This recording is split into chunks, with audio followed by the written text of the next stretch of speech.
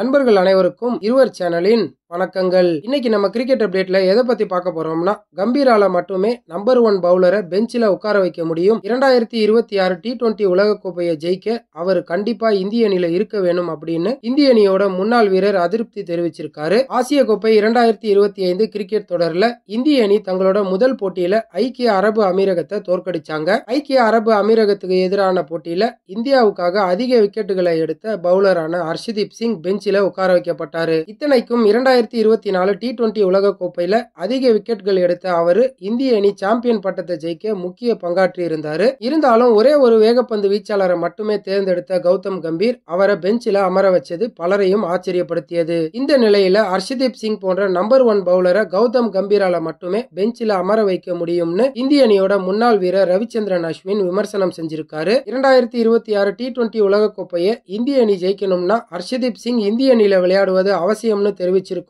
ரவிச்சந்திரன் அஸ்வின் இது பத்தி என்ன சொல்லியிருக்காருன்னா, ஹர்ஷதீப் சிங் விளையாடாதது ஆச்சரியமா இருந்துச்சு. ஆனா கௌதம் கம்பீரோட சகாப்தத்துல இதெல்லாம் புதுசு இல்ல. இப்ப இருக்கிற இந்திய அணியை நாம 2026 T20 உலகக்கோப்பையிலையும் பார்க்க முடியும். கம்பீரும் சூரியகுமார் யாதவும் 2 விஷயங்களை நோக்கி நகர்ந்துகிட்டு இருக்காங்க. ஒன்னு, பேட்டிங் வரிசையில டீப்பா விளையாடுறது. அதுக்காக ஐக்கிய அரபு அமீரகம் போன்ற அணிக்கு எதிராக உங்களுக்கு சிவம் தூபே போன்ற எக்ஸ்ட்ரா பேட்ஸ்மேன் 6வது பவுலர் தேவையா? நான் ஒருவேளை ஹர்ஷதீப் சிங் இடத்துல இருந்திருந்தா கண்டிப்பா ஏமாற்றத்தை சந்திச்சிருப்பேன்.